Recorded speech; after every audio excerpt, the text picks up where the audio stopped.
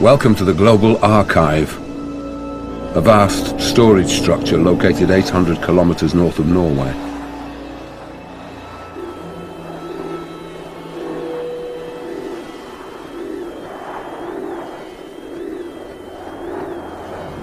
It contains the artwork from every national museum.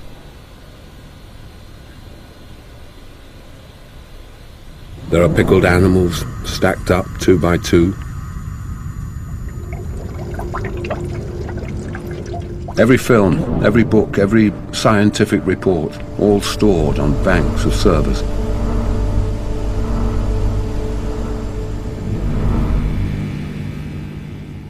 But the conditions we are experiencing now were actually caused by our behavior in the period leading up to 2015. In other words, we could have saved ourselves.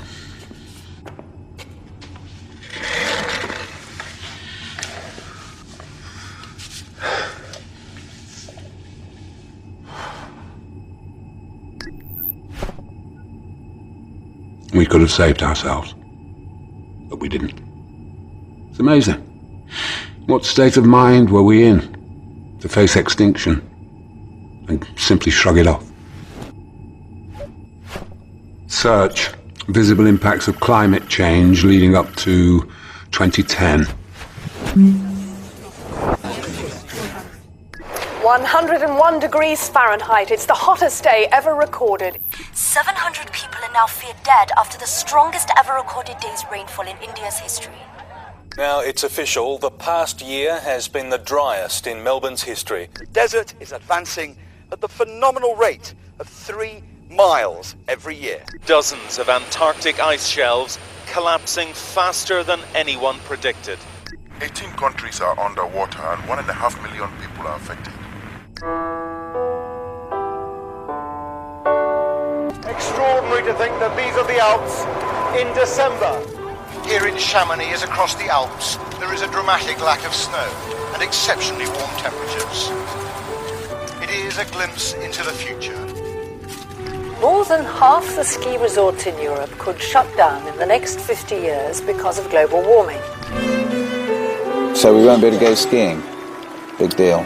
But the thing is, it's not that, is it? That's the whole point.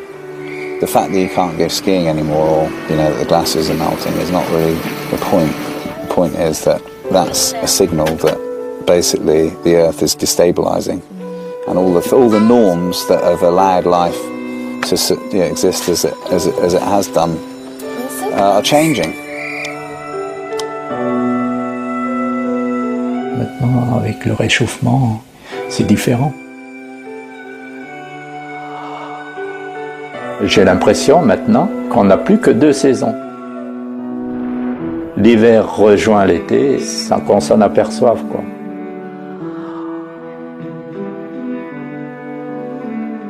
Qu'est-ce qu'il faut faire? Ouais. Je ne sais pas. Je ne sais pas. Les glaciers reculent toujours.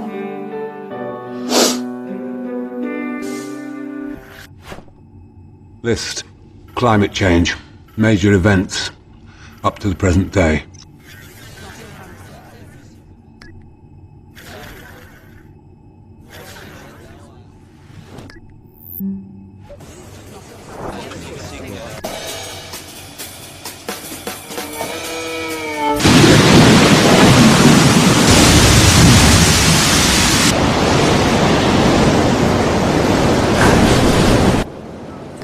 I think one's got to be very careful about attaching a particular event to global warming. But nevertheless, the intensity of hurricanes is related to surface sea temperature. So increased intensity of hurricanes is associated with global warming. By first light, the water in Albin's house was chest deep and still rising. So he helped Albin Sr. into their boat and headed for dry land. And at this point, the boat's floating, so it's no big deal to launch the boat. It's launched.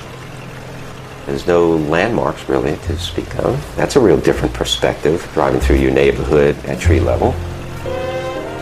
Then, all of a sudden, you realize there's a lot of people who stayed behind. There was no Coast Guard or police, or most of our National Guard was elsewhere in the world. Iraq, Afghanistan.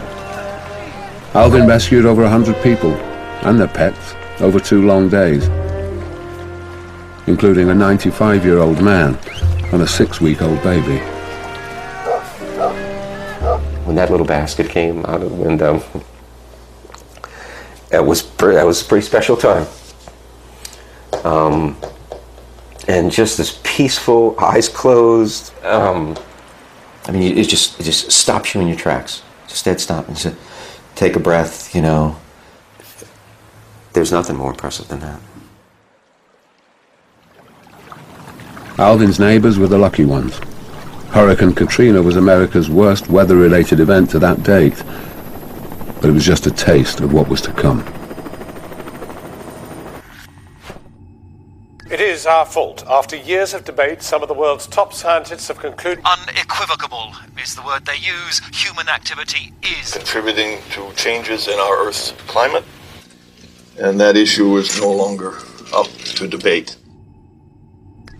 In Andermatt, they've covered a glacier with a special protective sheet to reduce its summer melt. One way I do my bit for the environment is turning to 30 with Ariel. This is offsetting all those flights that I take, that I have to for my job. David Cameron even wears recycled shoes made from old fireman's trousers.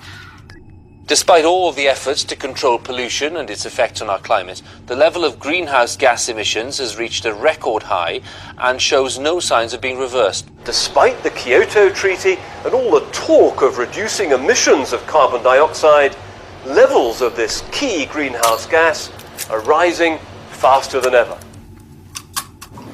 6:30 a.m. on a cool autumn morning, and Alvin's heading off to work, searching for more oil. Ironically, the oil infrastructure off the coast of New Orleans suffered major damage during the hurricane. But Shell moved fast to carry out repairs, and just 9 months later, the rigs are online and everyone's back at work. Oil was formed when ancient plant life in the oceans absorbed energy from the ancient sun. As these plants died, they settled on the ocean floor, along with the dead bodies of tons and tons of ocean creatures. Over the millennia, temperatures increased, and the organic matter was gradually cooked until the sun's energy was stored inside oil.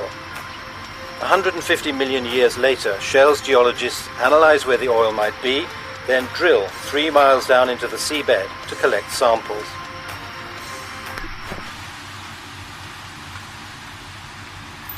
Here you go, Al. Here's your sample. Thank you, brother. We get the samples and analyze them for the fossil contents, the microscopic fossils. And it's just another geoscientific tool in order to improve your possibility of finding oil. In my opinion, probably arrogantly so, but it's pretty high calling actually to try to do that, to try to figure out or maybe take apart time itself. Go back a few thousand years, and the energy available to grow our crops or feed animals was limited by the daily sunlight falling on the earth. But now we use The energy equivalent to hundreds of years of sunlight every single year. Every part of modern life is now literally made of oil, from CDs and plastic bags to medicine and computers, from clothes and carpets to cosmetics and cell phones. It's truly a wonderful and necessary substance. Then there's our food. Each calorie we eat uses nearly 100 oil calories to produce, package, refrigerate, transport. And fossil fuel-produced fertilizers now feed a couple billion or so people who could not otherwise be sustained. It would be prudent for humanity to carefully use the remaining oil to build a new society run without it. Instead, we're burning up tens of millions of barrels every day, so it will be gone. It will run out, leaving pretty much none for future generations, even though we in the oil industry are working our asses off looking for and finding this magical substance. All right, guys, push it back! And then you see it, and you smell it, and, it's greasy and, ugly and smells so much like money. It's just beautiful, 13 billion pounds in 2005. That's £1.5 million an hour. £400 a second. And a hefty chunk of those profits came from here, Nigeria, where most of the population lives on less than $1 a day. This is the water we drink. There's a lot of frog inside, toads, any germs you can find inside here. With the help of a microscope, you can see the disease we have inside. And we thought that if we introduce shell into this community, that will change all this water, but it still remains the same.